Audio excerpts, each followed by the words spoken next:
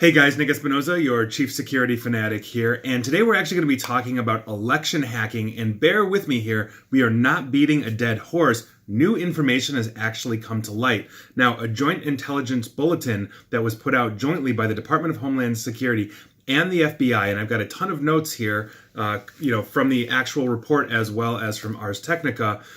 Basically, they are saying that state and local authorities saw in the 2016 presidential election that this went well beyond what we originally thought. Now, the original reports had confirmed that 21 states had basically been targeted, attacked, reconned, whatever that was, and now the FBI and the Department of Homeland Security are coming out saying a lot more happened, and this is actually fascinating. Now, what's interesting about this is that they did not give actual technical information as to what or how was hacked.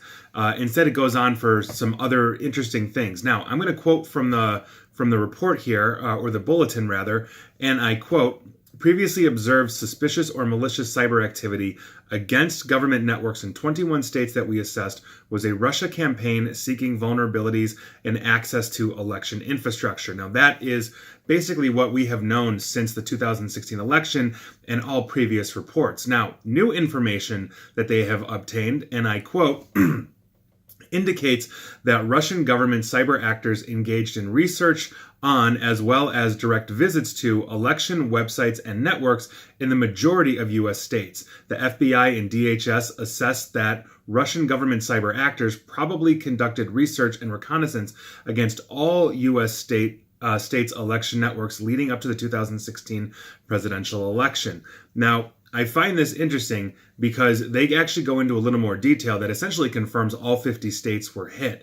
Now, the first quote I'm going to read you basically starts to underscore that. And again, I quote from the report or the bulletin: "Researched websites and information related to elections in at least 39 states and territories, up from the 21. According to newly available FBI information, the same actors also directly visited websites in at least 30 states, mostly election-related government sites at both the state and local level, some of which overlap with the 39 research states." Now, what I find interesting about this is that they actually dive into the methodology of the Russians, in the sense that they were saying how the Russians started assessing this. Now, you would think they would go possibly to strategic sites first, maybe states that are swing states, like in the previous election, Wisconsin was in play, Michigan was in play, Pennsylvania was in play, I think Ohio is usually in play as well as a swing state, but no, that is actually not what they did. According to this bulletin, they did this in alphabetical order by state name. Now, the bulletin states that because they did this by state name, and I quote, "suggesting that at least the initial research was not targeted at specific states."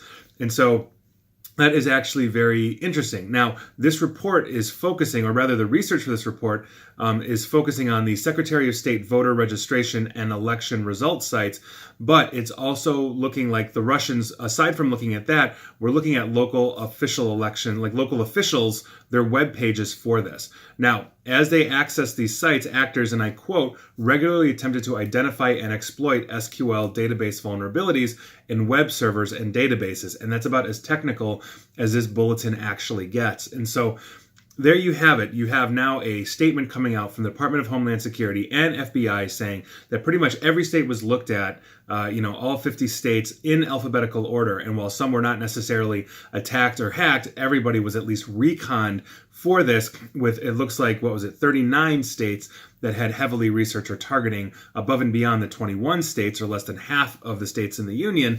And so I find this actually interesting. Now, one of the premises or purposes of this report, and it is speculated by Ars Technica and some others that I've read on this, is that this is basically a warning shot to state officials for the 2020 election. Basically, guys, we better turn our game up and our cyber defense up to 11 here, because we know that we're going to be reconned, if not attacked again. And so ensuring election security is one of those extremely important things, especially for a republic or a democracy, basically to ensure that votes are indeed fair and accurate. So we'll see where this goes. We'll see if the FBI or Department of Homeland Security, basically release more information on that. But until then, this is the latest news whatsoever in election hacking as we gear up for yet another major election. So take that for what it's worth. And please like, share, follow me here on Facebook and Twitter at NickAESP. And as always, stay safe and stay online.